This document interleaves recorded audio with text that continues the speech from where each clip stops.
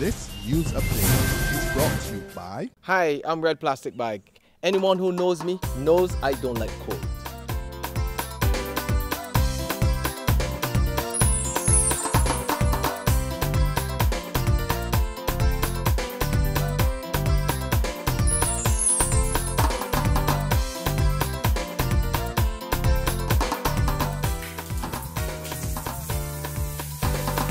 Sunshine reigns in my country. I love it.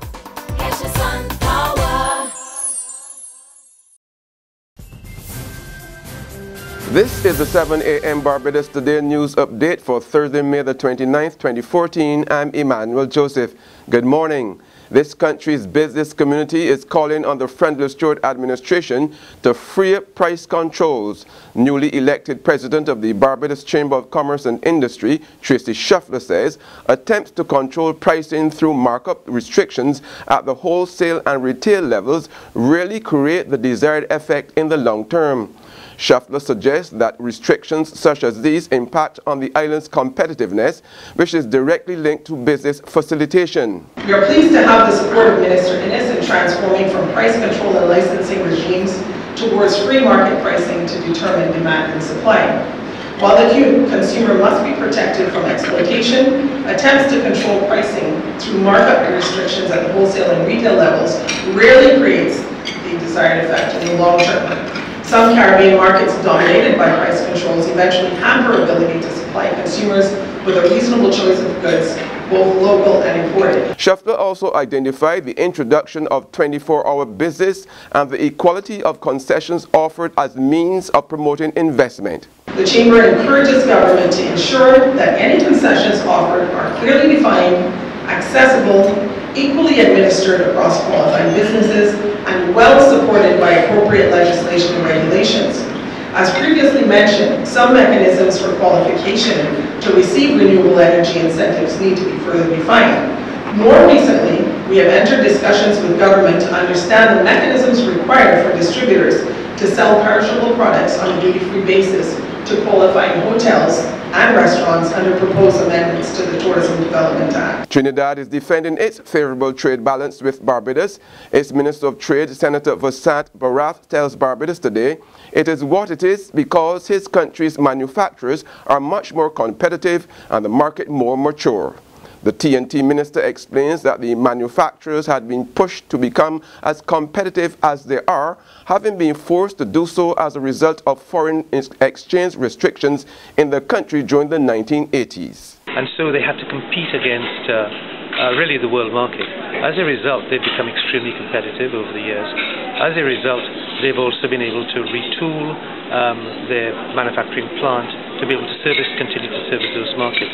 So there is a competitive advantage, I think, that we have in a number of areas with the rest of the CARICOM region. That's a fact of life. It is what it is. There's regional and international news after this short break. Hi, I'm Red Plastic Bag. Anyone who knows me knows I don't like cold.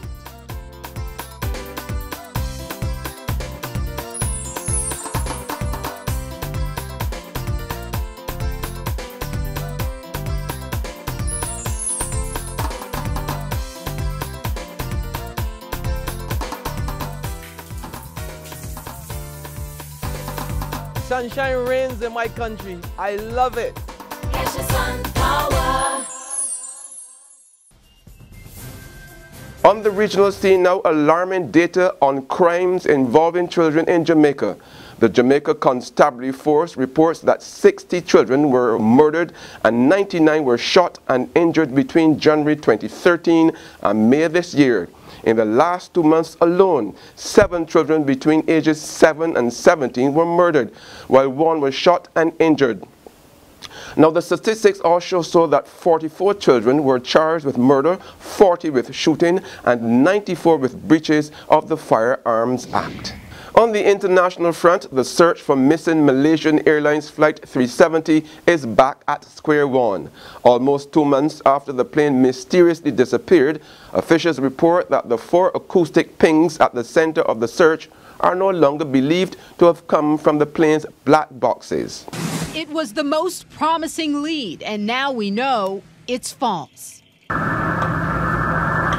New information: the U.S. Navy has concluded these 4 underwater signals were not from the missing plane's black boxes. From the U.S. Navy standpoint, these sounds were most likely not from the black boxes.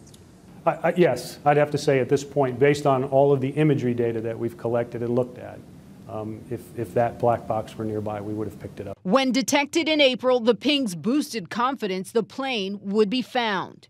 The 4 signals previously acquired, taken together, constitute the most promising lead. But now the Navy says the sounds could have been from the search ship itself or other electronics.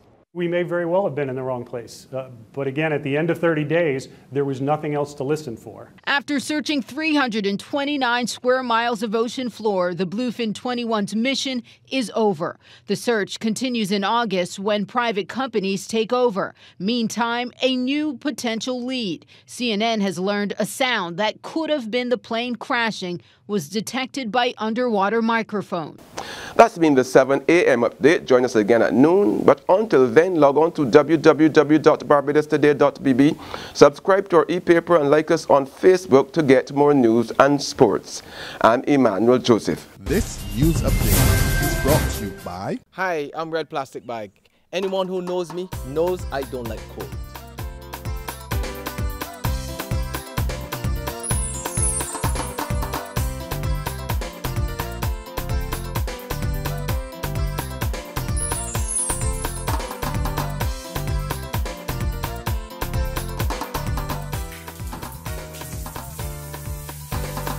Sunshine reigns in my country. I love it.